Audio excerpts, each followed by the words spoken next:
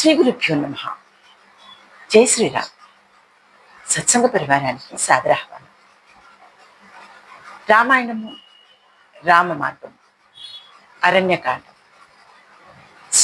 స్థూల వివరణ. గం గణపతే నమః. వాల్మీకి సంభూత రామసాగరగామిని పునాది భువనం పుణ్యా రామాయణ మహానది శ్లోకసార సమాకీర్ణం సర్గకల్లోల సంకులం కాండగ్రాహ మహామినం వందే రామాయణార్ణవం వేదవేద్యే పరే పుంసి యాదేద శరదాత్మజే వేద ప్రాచే సదా దాసి సాక్షాత్ రామాయణాత్మనా.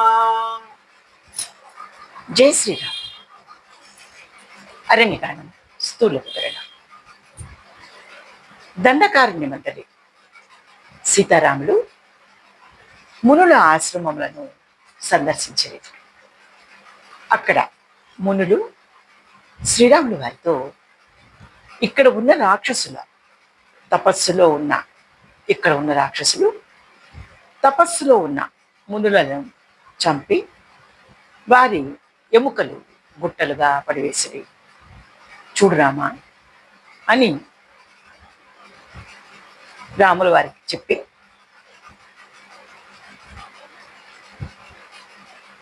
మా తపస్సులో 1/6 వంతు భాగము రాజునకు చెందును. రాజు మమ్మల్ని క్రూర మృగముల నుండి రాక్షసుల నుండి రక్షించుటకు మా తపస్సు ధారపోస్తాము. కనుక రామ, నీవు రాజువు, మమ్మల్ని రాక్షసుల బారి నుండి రక్షించమని వేడుకున్నారు.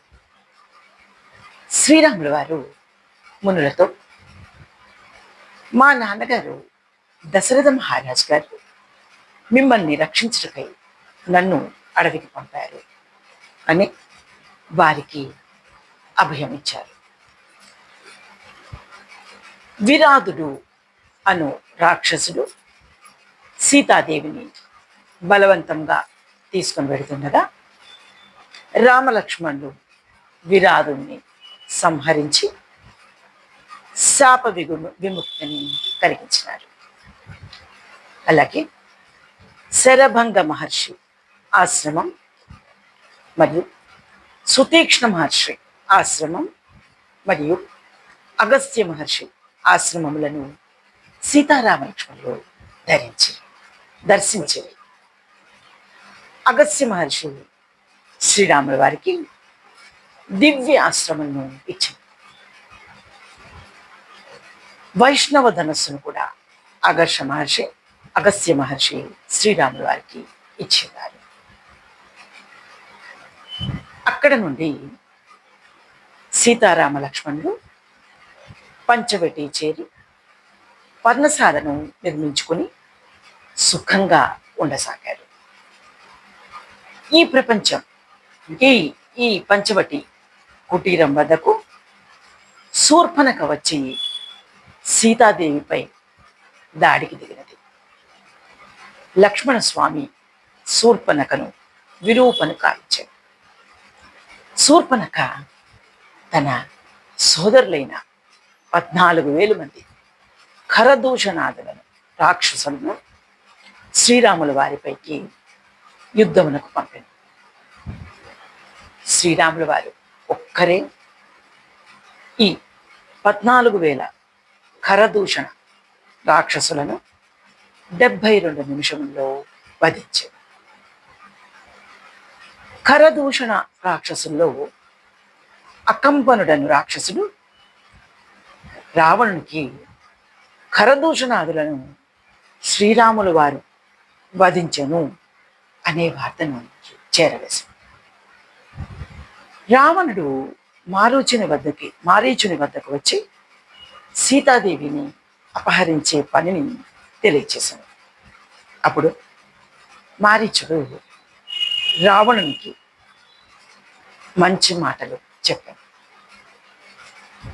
రావణుడు తిరిగి లంకకు వచ్చి శూర్పణఖ మాటలు విని మారీచుని వద్దకు మరలా తిరిగి మారీచుల వద్దకు వచ్చి సీతాదేవిని అపహరించే ప్రణాళికను తెలియజేశాడు. మారీచుడు అనే ఓ రాక్షసుడు శ్రీరాముల వారి గురించి రామో విగ్రహవాన్ ధర్మ సాధు సత్యపరాక్రమ అని తెలియజేస్తాడు. కానీ రావణుడి బలవంతంపై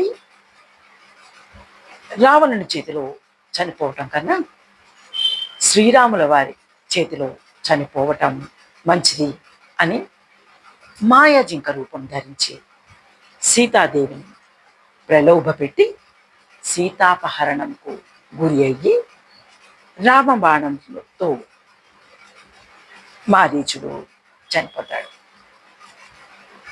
రావణుడు యతివేషంలో సీతాదేవి వద్దకు వచ్చి రామలక్ష్మణులు లేని సమయంలో సీతాదేవిని బలవంతంగా అపహరించుకొని రథములో ఆకాశ మార్గమున పయనమవుతాడు.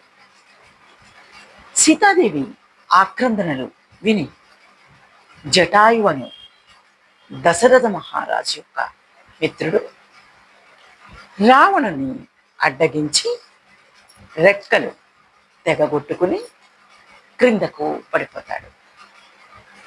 అట్లు సీతాదేవి అపహరింపబడుతుండగా క్రింద ఉన్న ఓ వానర జాతిని సీతాదేవి చూసి తన ఆభరణములను తన ఉత్తరీయపు కొంగులు కట్టి ఆ వానరుల మధ్య పడవేసింది.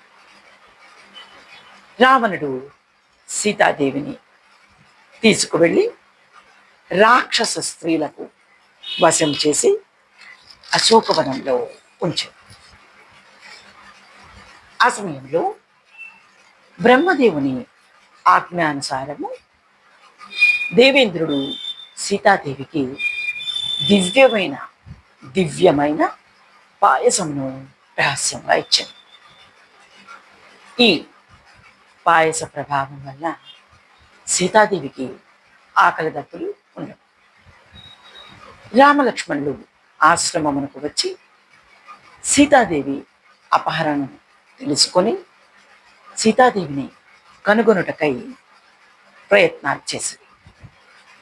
అప్పుడు శ్రీరాములు వారు సీతాదేవిని గురించి పడిన శోకమునకు అడవి జంతువులు ప్రకృతి సహితము బాధపడిన రామలక్ష్మణులు సీతాదేవిని వెతుకుతూ ఉండగా జటాయువును కలిసి కొసప్రాణములతో ఉన్న జటాయువు సీతాదేవిని రావణుడు అపహరించిన విషయము తను అడ్డుకొనగా రావణుడు తన రెక్కలను ఖండించిన విషయము చెప్పి ప్రాణములు వదిలేశాడు. ప్రాణములు పోయిన జటాయువును చూసి రాముల వారు లక్ష్మణుడితో సీతాదేవి వియోగం కన్నా ఈ జటాయువు ప్రాణత్యాగం నన్ను మరింత బాధకు గురి చేసింది లక్ష్మణ అని చెప్పి లక్ష్మణ జటాయువు మన తండ్రి గారి స్నేహితుడు, ఇతనికి అంత్య సంస్కారములు చేసేదను అని జటాయువుకు అంత్య సంస్కారములు చేస్తూ శ్రీరాముల వారు జటాయువుకు పునరావృత్తి రహిత శాశ్వత ఉత్తమ లోకములు నీవు పొందుతావు అని మోక్షం ఇచ్చింది. శ్రీరాముల వారి సత్యసంధత వలననే జటాయువునకు మోక్షం వచ్చినట్లు చేసింది. రామలక్ష్మణులు సీతాదేవిని వెతుకుతూ ఉండగా అయోముఖి అను రాక్షసి అడ్డురాగా లక్ష్మణ స్వామి దానిని విరూపిగా చేశాడు. తర్వాత కబంధుడు అను వాణ్ణి రామలక్ష్మణులు వధించాను. ఈ కబంధుడు కూడా సీతాదేవి అపహరణను చెప్పాను, కానీ ప్రదేశమును మాత్రము చెప్పి ఉండలేదు. ఆ శక్తి కబంధుడికి లేదని చెప్పి అన్నాడు. మరణించిన కబంధుడు దివ్య రూపంతో రామలక్ష్మణులకు ఋష్యమూకమునందు సుగ్రీవుని గురించి పంపా సరోవరము మరియు మతంగవనమును శబరి ఆశ్రమము కూర్చి చెప్పి అక్కడకు రామలక్ష్మణులను పంపాడు. రామలక్ష్మణులు శబరి ఆశ్రమమునకు చేరి శబరి తన గురువైన మతంగముని వనము గురించి తెలియచేశాడు. బాగా వృద్ధుడైన మతంగముని వద్దకు సప్త సముద్రములు వచ్చి ఈ ఆశ్రమంలో సప్త సాగర తీర్థముగా ఉండి ఉన్నది అని శబరి రామలక్ష్మణులకు ఫలములు ఇచ్చాడు. శబరి మతంగముని తపస్సు గురించి అద్భుతంగా రామలక్ష్మణులకు చెప్పి శరీర త్యాగం చేశాడు. అద్భుతమైన వస్త్రములు, ఆభరణములు, సుగంధ లేపనములతో శబరి దివ్య శరీరంతో తన గురువుల లోకమునకు చేరను. శబరి ఆశ్రమం నుండి రామలక్ష్మణులు పంపా సరోవరంకు చేరి అక్కడ ఉన్న సుగ్రీవుడు కొలువై ఉన్న ఋష్యమూక పర్వతంకు చేరి ఈ వీడియో ద్వారా అరణ్యకాండ స్థూల వివరణ తెలుసుకున్నాము. తదుపరి వీడియోలో అరణ్యకాండ యొక్క సూక్ష్మ వివరణ తెలుసుకునగలవారు. జై శ్రీరామ్.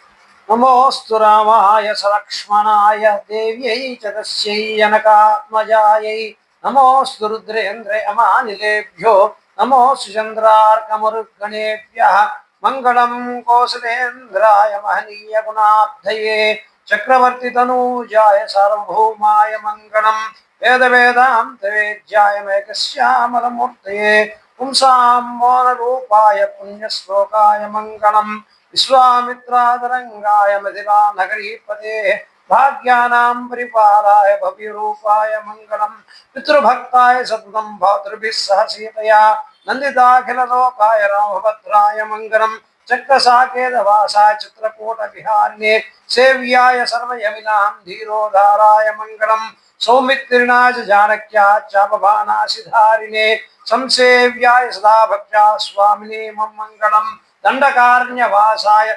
ఖండితామరసత్రభే వృద్ధరాజాయ భక్తాయ ముక్తిదాయాస్తు మంగళం సాదరం శబరీ దత్త ఫలమూలాభిలాషినే సౌరభ్య పరిపూర్ణాయ సత్వోద్రిక్తాయ మంగళం. జై శ్రీరామ్.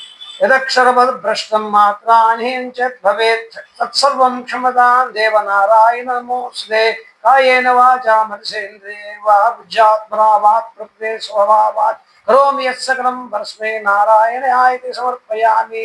ఓం తత్సత్ బ్రహ్మార్పణమస్తు. జై శ్రీరామ్. జై శ్రీరామ్.